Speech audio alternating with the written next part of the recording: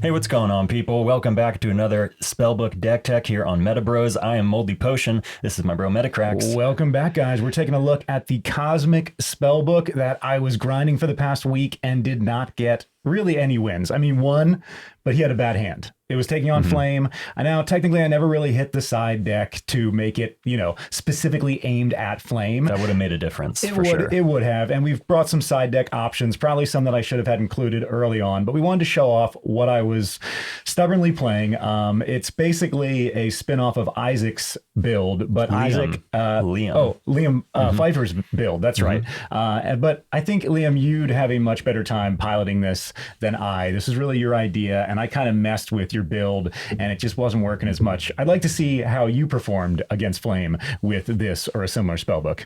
Anyway, before we get into all the pages, if you guys want to support the channel, you're enjoying it, you could use the code MetaBroz with a Z if you happen to be shopping at Channel Fireball. It will not cost you anything extra, but it would help us out. It really would. And if you'd like to support my bro and I more directly, you can do patreon.com/MetaBroz with a Z and sign up for any of those tiers if you like. We do merch giveaways, art giveaways. We also have auto win tiers for the upper, for the very fancy pinky to the sky people. I am so thrilled that we have so much support. I don't know. I thought they were ultra like now, full guys. hollow souled shiny. They are. Okay. They are, but they're also very classy. Really? They're also very classy. Interesting. Okay. Yes. Well, with that, let's get into the spell book. By the way, sorry we haven't been posting as much, guys, with the preparation of Orlando coming up and the fan art contest and then just a number of other things. I finally started, like I mentioned, listing and selling MetaZoo cards, so I'm back in like the eBay world of shipping. These are all just excuses. I also did get the illustrated novel up. The first chapter is now complete.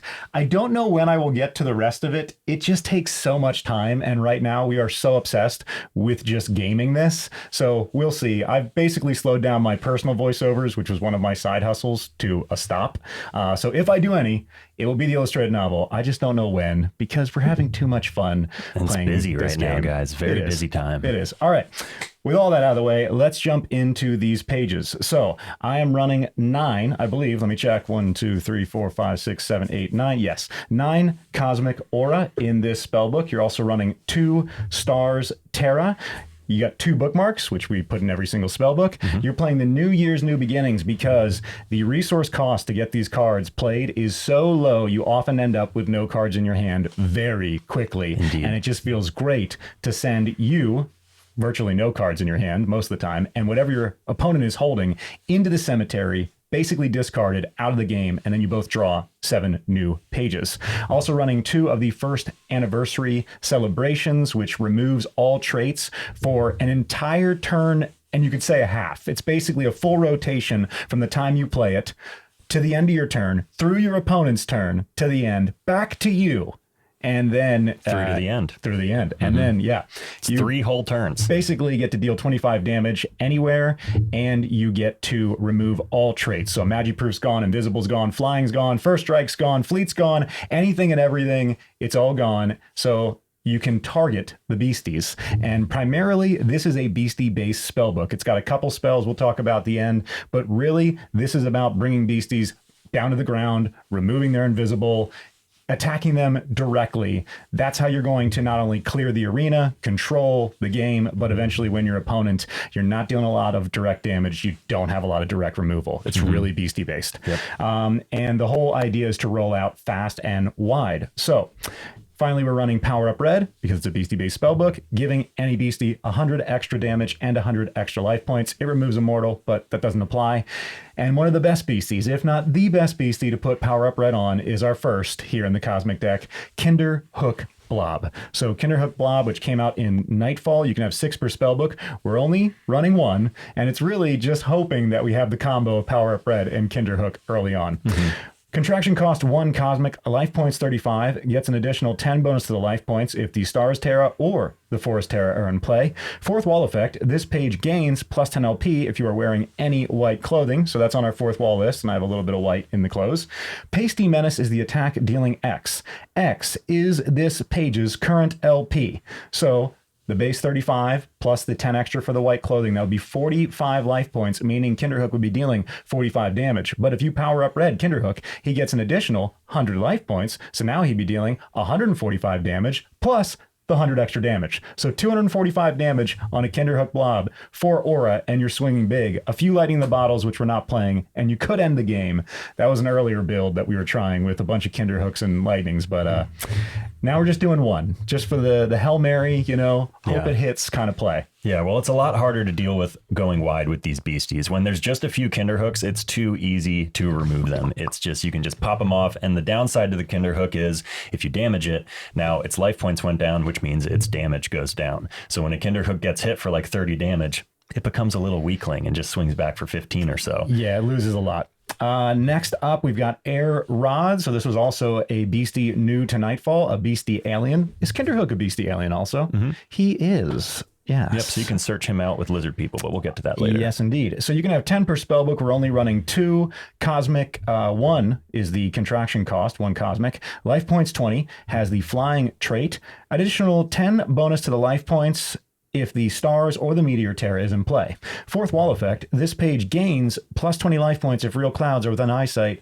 That's not applicable. That's not a tournament at this moment. Okay, so that's just for fun at home with your friends if you want to switch up your gameplay. Or if there's a pseudo environment like on Blitz Day, they might have real clouds active. Okay, yeah, totally. It would be cool if they're actually like pumping like real clouds. That would be awesome, sweet. Like smoke machine style. Yeah. I don't know if that counts though. Is smoke a cloud?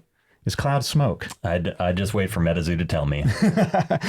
Anyway, Sonic Speed is the power. Fatigue this beastie. Reveal the top page of your spellbook. If the revealed page is a cosmic beastie, awaken a cosmic beastie in the arena, bookmark 1, and place this page at the bottom of your spellbook. If not, you may place the revealed page on the bottom of your spellbook. So a bit of a scry there and an advantage. If it happens to be a cosmic beastie, you can basically swap him out for that one.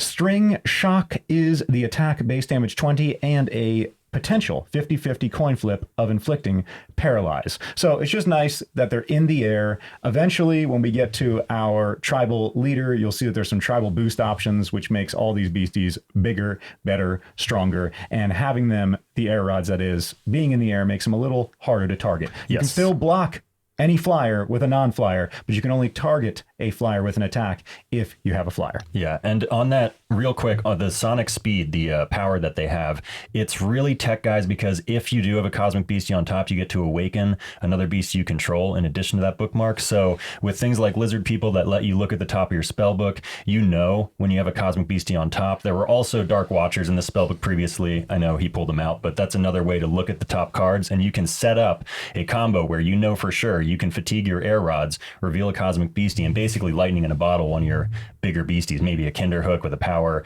up red on it just to get an extra hit in. So air rods are very tech. They are surprisingly tech the more you play them. Yeah, good call. It's not just a mini scry and a bookmark. It's also an awaken. So like you said, a mini lightning in the bottle.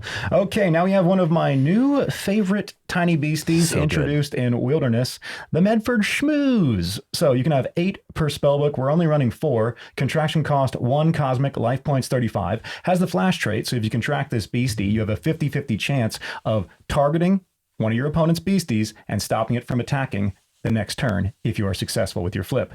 Arena effect, whenever you contract a light page, this doesn't apply to this spellbook, create a Schmooze token, 10 life point Cosmic Beastie with 10 damage attack. We're not running any light. We could run like health potion or healing potion. Is that what it's called? Yep. Yeah, which is a 0 cost potion if you really wanted to trigger that effect. And you could put it in any spellbook since it doesn't cost anything. Almost forgot to mention they get an additional 10 life points if the Forest Terror is in play, or 10 to the attack if the Stars Terror is in play. Destroyed. If this beastie is destroyed by another beastie in combat, inflict that beastie with sleep. So that is a 50-50 chance, if successful, to sleep the beastie that destroyed the Schmooze, and also White Spores, the attack, deals 15 base damage, and you get a 50-50 chance of sleeping the beastie. Yeah. And that's primarily why I love the Schmooze, because you just throw them out in the arena, and you're going to have a chance either when you attack or when they're destroyed, when they're attacked, to just sleep a beastie for the rest of the game. And in most cases, when you sleep a beastie, you don't have to worry about that beastie for the remainder of the game. However, because we've been playing this so much now, and he was coming to the table with Flame, he could target his own beasties with a little bit of damage. And yes, it's doubled when they're asleep. That's how you wake them up. You deal them double damage with direct damage.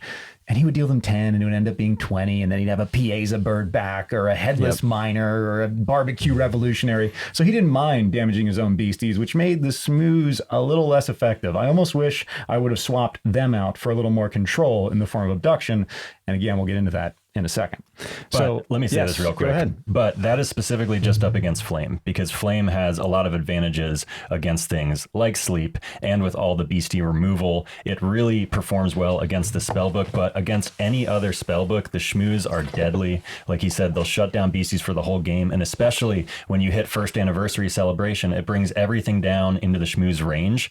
So everything loses flight, whatever threat it is, it's now available, and you attack with the Schmooze, and then you have 2 chances in that one attack. You know, you hit them, hopefully you inflict sleep, and if you don't and they kill your Schmoo, you get another chance at sleep. They're just a valuable card. It feels great when you're not reawakening your beasties instantaneously with the what is the spell? Explosion, which is like the best spell in the game. I mean, in the Flame game right now. You can have 2 targets, one you deal 50 damage, the other you deal 10. Sure, you the caster take 25, but you're basically removing a beastie and reawakening one of your important beasties, at least in our games. Okay, next up we have quite a tech card that I'm in love with. Definitely. This one I would never take out. I'm having way too much fun playing it. This is Atmospheric JellyFish. You can have 5 per spellbook. I believe we're running the whole play set. Contraction cost 1 cosmic, life points 40, has flying, additional 10 bonus to the life points if the stars TERRA is in play, 10 bonus to the attack if the meteor, is in play. That's all meteor shower. Cool. Contract. If this beastie is the second beastie you have contracted this turn, generate 2 cosmic aura. So crazy. So if it's the second beastie, essentially it's a free beastie because it gives you an aura, man. It's even better than that. And you've got these tiny schmoozes and these air rods and these Kinderhooks that only cost 1. So if you got 2 aura, well, now you have in that turn 3 aura. Right. Which means you're probably dropping 3 beasties on that turn. And like we'll see with the lizard people, that allows you to search for other beasties. It's a pretty nasty combo. Going wide rather quickly, but also it's kind of easy to knock out if you know what's happening. And well, I mean, you were up against a deck with a lot of removal, which I understand made you bitter, but this deck is really, really good and performs well against pretty much everything but Flame. Cosmic String is the attack, base damage 10, also inflicting 2 poison. So with poison, you're going to lose 10 life points per poison. You can have up to 3 poisons at a time. It lasts 2 turns, so you pass, you lose 10 life points for each poison. They pass again, you lose another 10, then it's over. So in the JellyFish case, you're actually dealing 50 damage by the time it all adds up and gets through, life loss, which is incredible. I'm sorry, it would actually be 40 life loss and 10 damage with their attack. So a 1 cost that gives you more aura to bring out another beastie that is also flying and deals 50 damage. It just feels too good. Every time you play it, you're happy to have it. And 5 of those in the spellbook means that you can roll out these beasties even faster. And when the stars are out, they have 50 LP. You can use them as a great blocker for Nappa Rebobs and some of those nasty flyers that can score some damage on you. I love the JellyFish. All right. Next page, we've got the lizard people, 6 per spellbook. Contraction cost 2 cosmic, life points 50, 25 bonus to the attack if the stars TERRA is in play. Contraction. Search your spellbook for a beastie alien and place it in your chapter. So good. This is where the whole deck came from, guys. It's basically a bookmark, but even better, because you're not just going to pick up an aura you don't need or a TERRA you already have. You're going right for a power card in the form of beastie. It can be any size beastie. It doesn't have to be a small one or a big one. Any alien beastie you want is now in your hand instantaneously, ready to play. And basically, you get your small ones out, obviously first, until you have a number of aliens, and you get to that Reptoid Ruler, who we'll get to in a moment for that tribal boost. But you get to him with this card, Lizard People. That's what makes it all possible. So Ambush is the attack, base damage 25. You may look at the top page of your spellbook. And again, that plays into the air rod. So every time you attack, especially if you have the stars out and you're dealing a total of 50 damage for a 2-drop, that's also giving you another beastie and then potentially allowing you to know what's on top of your spellbook so that you can have the air rods, bring out another beastie, awaken, check another card. Yeah. It's quite the loop when it starts to happen. It feels amazing because you roll out so many beasties so cheaply, so quickly. Yeah. All right. And just the cost of 2, having 50 life points and dealing 50 damage and all the tech that goes into it. It's incredible. Yeah. All right. Now we're going to hit a beastie that this is the first time I played this, and it was one that I overlooked. I faced you a couple times with it. I found it frustrating, but now I love it. This is Fresno Nightcrawlers. You can have 2 per spellbook. We're running the full play set. Contraction costs 2 cosmic, 40 life points, has a spirit trait, so it cannot be targeted by attacks, has the fleet trait, so Fresno Nightcrawlers can attack right away. 4th wall effect, this beastie cannot be contracted if you are wearing pants. So you're either going to need to have shorts at a tournament if they require you to physically have it, or at least have shorts on your 4th wall list if they don't require you to wear them. I guess you don't even need shorts, you just don't have to wear pants. Right. Though I think most people would probably prefer you to be wearing shorts rather than nothing. Yeah, probably, most likely. 25 bonus to the attack if the nighttime terror is in play. We're not playing it in this case. When Fresno Nightcrawlers enters the arena, you may reveal any number of non-cosmic pages from your chapter, and then shuffle them into your spellbook. You may then bookmark an equal number of pages from the top of your spellbook. Cosmic Orb is the attack, dealing a base damage of 50, also strong against dark, so it would deal an additional 20 damage. I just love these guys because of the fleet, and chances are they're dealing that 50 damage to something that I want to remove immediately. So they pop out, I can attack right away with them, hopefully remove a threat, a crystal or a lesser beastie, and then they can't be targeted. So unless he has some direct removal, which yes, with Flame he always did, but anything but that, you're going to have more of a chance to use them again because the spirit trait keeps them protected when it's not your turn. Yeah, they are the first beastie you're probably going to want to find with your lizard people. When you drop a lizard person, you get to search for an alien. Few aliens are better, especially in the early game, than grabbing the Fresnos, because like you said, you can fleet it right out and take out their crystal. You can pay the cost with a JellyFish that generates the 2 cosmic, so it's very synergetic. And if for some reason you're really caught with a number of cards off guard, there's not a lot in here that isn't cosmic based, I guess you could swap them out. I never felt the need to. That effect text box, box. Oh, the Fresno effect? Yeah, where, if I had like extra TERRA in my hand, actually it's not cosmic, it's just stars TERRA. Yep. If I had get rid of a TERRA. No need for, I guess, my first anniversary New Beginnings, which I always play instantly the moment I get them. So yeah, you rarely use Fresno's ability, but there are times. There are times, especially when you're hitting side deck, like if you're up against a deck that would have crystals, and so you throw in the absorb auras. If you've already used the absorb aura, you've got extras. It's just ways to recycle and get further into your deck. Yeah, that makes sense. All right, moving on. Here is the biggest alien beastie in the bunch of the Cosmic Spellbook. This is Beastie Alien Reptoid Ruler. You can have 1 per spellbook, contraction cost 1 neutral, 3 cosmic, life points 80, has the fleet trait, so you can immediately attack with Reptoid Ruler or use 1 of his powers, and he has 2. Also has stone skin, so he cannot be, or excuse me, I should say, all damage outside of combat will be reduced to 0. Right. So this is great against Flame because he's not removing him with explosions or fireballs or jack bombs. Yep. And he has that 80 life points, which is normally an attack or 2, unless you have these giant killers, which you happen to have almost every time. Yeah. 20 bonus to the attack if the City Terror is in play, 40 bonus to the attack if the Stars Terror is in play. Now, the powers. Alien Invasion. Fatigue Reptoid Ruler. All beastie aliens you control gain tribal boost, gaining plus 10 life points and plus 10 damage for each other beastie in the arena until the end of turn. So there it is. This is the real play. You want to get out your lizard people as soon as possible, get as many other little aliens as you can, going as wide as possible, having as many threats in the arena. They're tiny, they're easy to remove, but then you get 1 more lizard person to go fetch yourself this Reptoid Ruler, and you use that first power, and now you got 5 beasties. Now they're all getting plus 50 life points and plus 50 attack. Yep. And he has fleet. So right when you bring him out, you can activate that power, and it makes a real threat out of these things. If you give your aliens plus 50 and you've got 6 aliens out, because that's what, if you have 6 aliens, they're getting a 50 boost.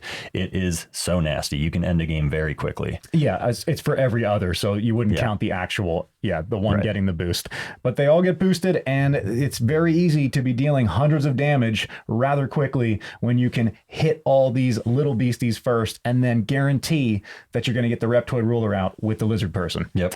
Now he does have another power which I've never used. You've used it on me. It has worked a couple times in your favor. Yep. It's It's definitely a great defense. So Hidden Influence is the second power. Fatigue Reptoid Ruler. Target an opposing beastie and roll a dice. If the result is 3 or 4, awaken that beastie and gain control of it until the end of turn.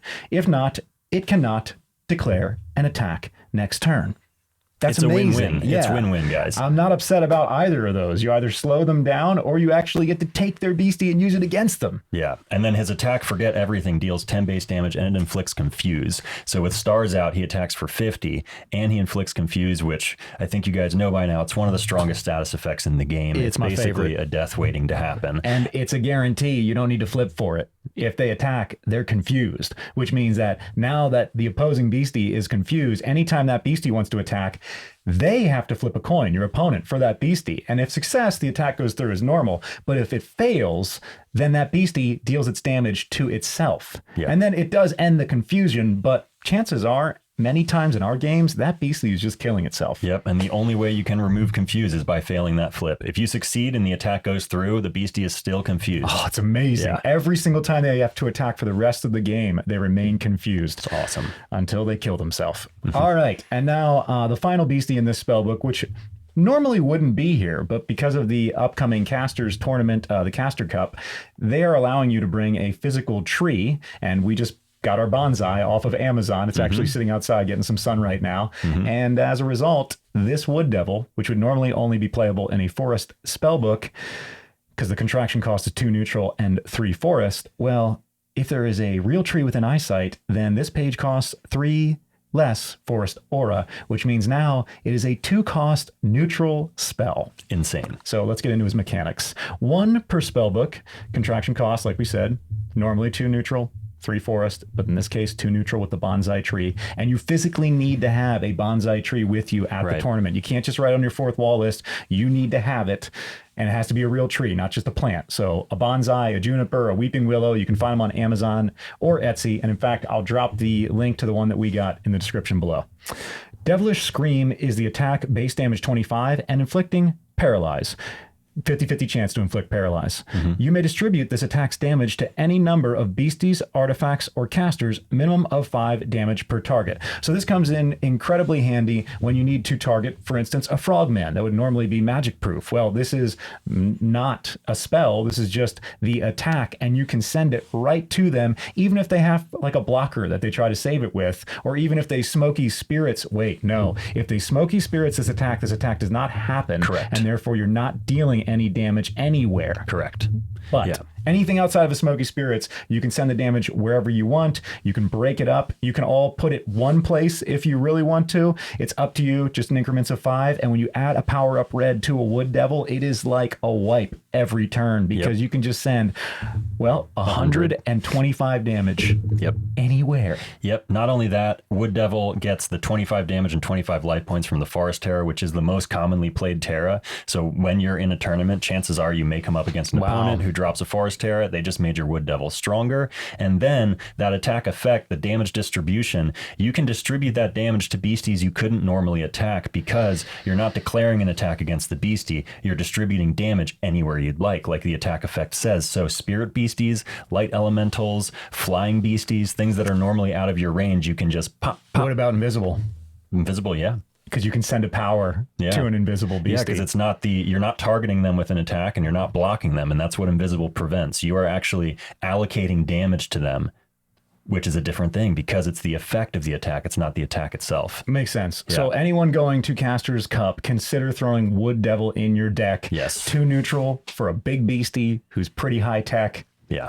I definitely include him. He's really handy. All right. Now the final card in this spellbook is Transfiguration. So this came out originally in the Cryptid Nation set. 4 per spellbook. We're running all 4. Contraction costs 3 cosmic. Target beastie loses all text, traits, 4th wall symbols, recovers to its maximum LP, and becomes a neutral type beastie sheep with 10 maximum LP and 10 damage attack until the end of their caster's next turn. So this is primarily how you are removing their bigger beasties. And oftentimes you would have to have enough aura to cast this, and then you'd have to have a beastie to attack right away. You got to time it right, because if you just turn them into a sheep, it only lasts until the end of their next turn, and they'll come back with full life points. And really all you'll be doing is refilling, all their hit points if you're not careful. So you really need to have the arena state to use this and attack and remove their Beastie. Now, it only has 10 life points, so it's not hard. So pretty much any Beastie out here is going to be able to do that. Yep. But you do need to have that clear path, because if they block it or they Smoky Spirits you, it's just devastating, because you only have 4 of these in the spellbook, and they have to be combined with one of your Beasties to remove theirs. And I felt really thin. Not having enough removal when I played. He knew that I only had 4 chances to remove his bigger Beasties. Otherwise, I was just going to be taking the hits and hoping I could death race him to the end by getting to my tribal boost and going wide around his bigger threats. Right. But man, it was so challenging. As you guys saw, we played so many games, and I just couldn't get through the Piezas, the Coal Miners, the Barbecue Sams. They were too big. They were too powerful, even with Transfiguration, which is why. That's the spellbook. There it is. Period. That's what we've been gaming. I should have put in Abduction. Okay. I probably should have swapped out some Schmooze and put in Abduction. Maybe, but if you didn't have TERRA in the arena, Abduction is useless. Well, that's why maybe more TERRA or more indexing or something to guarantee it. Abduction, you can have 3 per spellbook, contraction cost 3 cosmic. Place target Beastie on a TERRA page in the arena. Target Beastie is not considered in play. If target Beastie leaves the TERRA page, either from TERRA rotation movement or destruction, place it anywhere into play, fatigued, and inflict it with confused. So even if the Beastie can come back after being placed on the TERRA page, it's going to be confused. So you're going to go right back to having to flip if you want that Beastie to attack, and potentially dealing itself its own damage if it fails. However, it does say from rotation. So does that mean if you filled up all 7 of your TERRA slots and you set down a new one on what would be on top of, like, let's say the abducted TERRA, where there's a Beastie residing, then that Beastie would be freed back into the arena confused, because the new TERRA would take away the one that it was abducted to. Right. Correct. I really like Abduction, but I've had too many games where the TERRA wasn't in the arena, and right now Water doesn't play really any TERRA, so there are definitely decks you come up against where Abduction doesn't help you quite as much as Transfiguration. Transfiguration, I like that it deals with any size Beastie, no matter how big they are, as long as you've got something in the arena. And with this deck, you'll have something in the arena. So, but again, just like Transfiguration needs a Beastie to actually make it remove something, Abduction needs a TERRA, and I don't know. I think I would have played that over Schmooze, because the only thing I was doing with Schmooze was hoping for a sleep, specifically against your Flame deck. It didn't matter.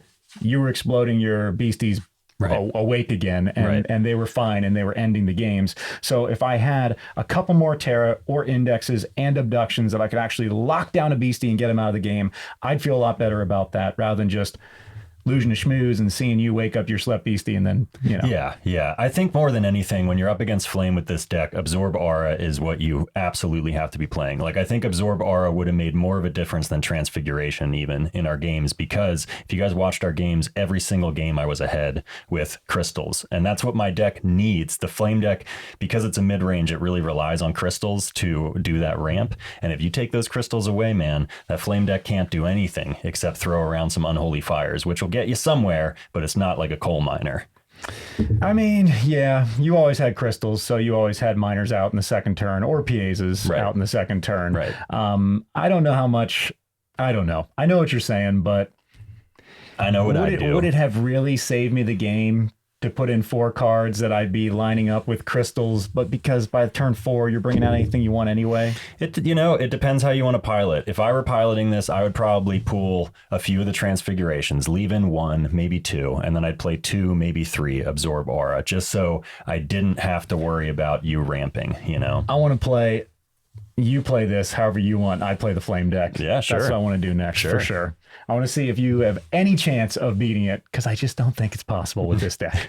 All right, finally, guys, if you're looking for sideboard options, Toxic Water and Anti-Potion, these are going to be the recommendations right now. You can remove traits from a single Beastie with Toxic Water, so you can remove that Magiproof from Frogman, sorry. You can remove Stone Skin, you can remove Invisible, Defender, all of it. Yes, Unblockable, everything, and just make them accessible to remove then. And then finally, Anti-Potion, which stops potions from being played for the turn. And if you play a Smoky Spirits and you anti-potion the Smoky Spirits, no more Smoky Spirits for the rest of the turn. Now you could still play a Lightning in the Bottle, but then if you anti-potion the Lightning in the Bottle, no more Lightning in the Bottles for the rest of the turn. So whatever that potion is, basically you counter, it cannot be played. You're safe for an entire turn. Yeah, Dingbell decks and Frog decks hate anti-potion. If you go up against a Dingbell or a Frog deck, swap in anti-potion, guys, and when they try to pull off that Lightning in a Bottle on their Dingbell or on their Frog, don't let them do it. Or if you're trying to attack their Frog and they're Smoky Spiriting, don't let them do it. Just anti-potion, it feels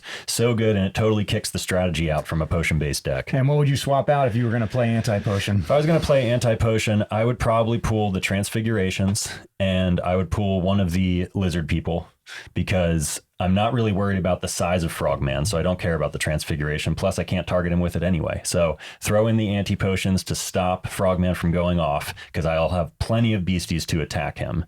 So yeah, I would pull the Transfigures, and I would pull maybe one of the Lizard People.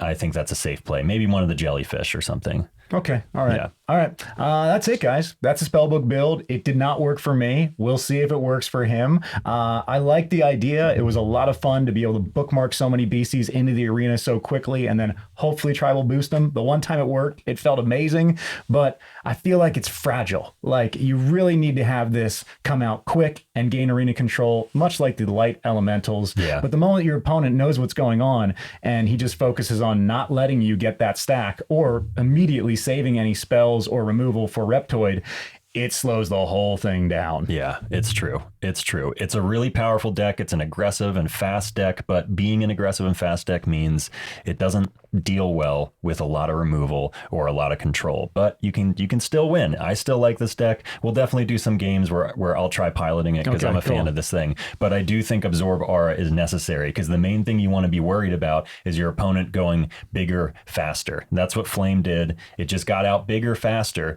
and then it's too hard to kill those beasties. But if you stop them from the ramp, then you get to take over the arena, and I think it works a bit better that way. You know, there was like maybe a month this year where I was into the crystals after avoiding them for so long, and then I gave them up again. I'm not going to be playing crystals in the Flame deck. Oh, well, good luck, dude. Good luck to you, dude. You're never going to hit a turn 2 coal miner, bro. I don't need them. By 4, I can do anything. Okay. I can't wait to see this game. We'll see. Maybe we'll do a proper match. Maybe you won't even know what I have or don't have. So I can get you stuck with some Absorb Auras that you'd have nothing to do with anything. I mean, the most you'd hope for basically is to remove a Dynamite token from my coal miner on your turn if I don't already, you know, immediately use it. I can't even do that anymore because they just made a ruling as of last night that tokens do not have an aura cost. What? Yes, tokens were 0 cost up until now. Now they are no aura cost. I guess that means I need to quickly re-edit that Channel Fireball video that we just told everybody the wrong shit. Out. You know, but at some point it's like, you guys just got to check this stuff because MetaZoo is constantly changing rulings right now. They are rewriting stuff all the time, and we will keep you updated with everything we hear. But yes, some of our previous videos will be saying rulings that are no longer legal or no longer the case, and we will try to let you know every time. But the best thing you can do is be familiar with the rule book, keep an eye on it, and watch the Discord because they tell you when things are changing. Yeah, I mean, just like having the real tree, which gives you access to Wood Devil, that's brand new. This is why I love MetaZoo. That's, for me, that's not an issue. That's actually a bonus that the cards are constantly rearranging their mechanical values and how they interact with fourth wall effects, with TERRA effects, and then with one another, just figuring out. It's a new game. We've been here for a year, and we have so many mechanics and so many options. It's like treasure discovering it. And sure, some things you'll have to put back or rearrange. But, also, Father Sam, man, the fact that you were able to claim yourself as a U.S. citizen finally, personal details are back in the game, which means Balance Beam is also active. Yes. And Father Sam is now fleeting and unblockable, dealing 125 damage. Also, Representation of Fire is removed from the fourth wall list like we talked about, but just found out this morning, because Unending Fire Crystal has the word fire in the name, if that's in the arena, Piazza Bird's fourth wall is triggered. And now I have to play crystals. And that's how we'll end this video, guys.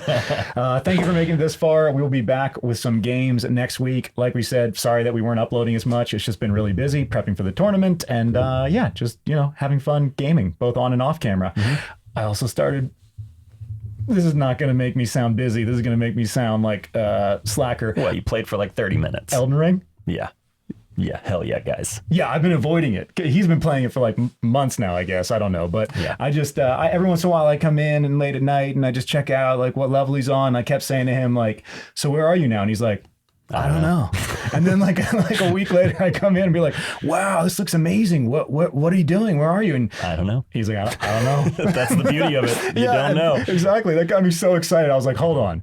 You're just exploring and surviving? And he's like, pretty much. That's it. Mm-hmm. And so, yep, I finally took the controller and gave it a whirl. And I died a lot, as one would. It's part of the franchise. But man, it was fun. And I look forward to gaming it more. So I guess we're not all busy. I'm also a little distracted. That was only like 30 minutes. Don't judge him on some Elden Ring. We all need a little bit of video game therapy. Am I right? I think we need a lot more. Yeah. A little of a lot. It's healing. Or a lot of a little. It's soul food. It definitely is. It felt amazing to be back in the gaming world digitally because we've been spending so much time physically. Anyway, we'll hopefully be bringing both to the channel, especially once that MetaZoo video game is released. Yeah. Yeah, we have some big news coming up too that we haven't shared with you guys yet, but some changes coming to the MetaBroz channel in the next month or so. Huh? Yeah, giving you a little tease. But you're not going to give any info? Nope. No. Exciting stuff. Can't say it yet. We'll say it when we can. It's just you guys are going to be pretty stoked. We are. But apparently we can't tell you. No, so thank you to everyone. And we will, see you guys. I feel like there's other shit I say. If you shop my channel Fireball, use the code MetaBroz with a Z at checkout. Doesn't cost you anything. Would help us out. Yeah. You can also check out our Patreon, like I said earlier, if you guys want, patreon.com/MetaBroz. Big love, everybody. Thank you all for watching. Thank you for all the support. You're all really beautiful, amazing, full hollow, amazing, and classy people. Apparently. We'll see you next time. On MetaBroz. Later, guys.